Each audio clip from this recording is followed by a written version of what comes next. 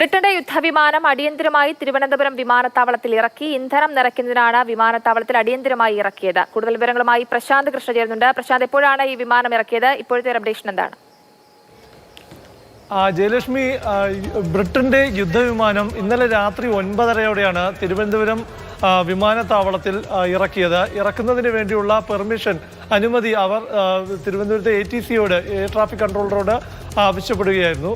അതിന് കാരണം വിമാനത്തിൽ ഇന്ധനം കുറവായിരുന്നു. അതുകൊണ്ട് തന്നെ റീഫ്യൂവലിങ്ങിന് വേണ്ടി, ഇന്ധനം നിറയ്ക്കുന്നതിന് വേണ്ടിയാണ് അവർ തിരുവനന്തപുരം വിമാനത്താവളത്തിൽ ബ്രിട്ടന്റെ യുദ്ധവിമാനം ഇറക്കുന്നതിനുള്ള അനുമതി തേടിയത്. അങ്ങനെയാണ് തിരുവനന്തപുരം വിമാനത്താവളത്തിൽ നമ്മുടെ വിമാനത്താവളത്തിന്റെ ബേയിൽ ഇപ്പോൾ യുദ്ധവിമാനം ഫൈറ്റർ ജെറ്റാണ് ഇവിടെ ഇന്നലെ ഇറക്കിയത്. ഇനി കേന്ദ്ര സർക്കാരിന്റെ, അതായത് പ്രതിരോധ വകുപ്പിന്റെ അനുമതിക്ക് ശേഷം, ഇന്ധനം നിറച്ച ശേഷം മാത്രമായിരിക്കും യുദ്ധവിമാനം ഇവിടെ നിന്ന് പുറപ്പെടുക.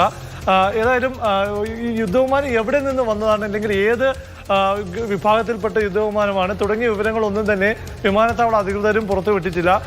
കാരണം സുരക്ഷാ വിഷയമായതുകൊണ്ട് തന്നെയാണ് അത്തരം കാര്യങ്ങൾ പുറത്തുവിടാത്തത്.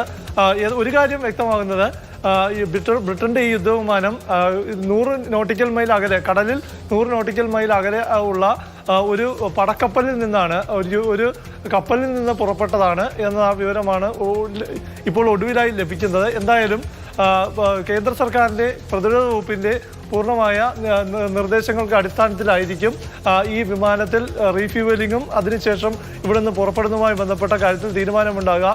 നമ്മുടെ തിരുവനന്തപുരം രാജ്യാന്തര വിമാനത്താവളത്തിനോട് ചേർന്ന് തന്നെയാണ് ഇന്ത്യൻ വ്യോമസേനയുടെ ടെക്നിക്കൽ ഏരിയയും ഉള്ളത്, വ്യോമസേനയുടെ വിമാനത്താവളവും ഉള്ളത്. പക്ഷേ ബ്രിട്ടന്റെ യുദ്ധവിമാനം ഫൈറ്റർ ജെറ്റ് ഇറക്കിയിരിക്കുന്നത് ഈ പാസഞ്ചർ ഫ്ലൈറ്റുകൾ വരുന്ന ബേക്ക് സമീപത്താണ്.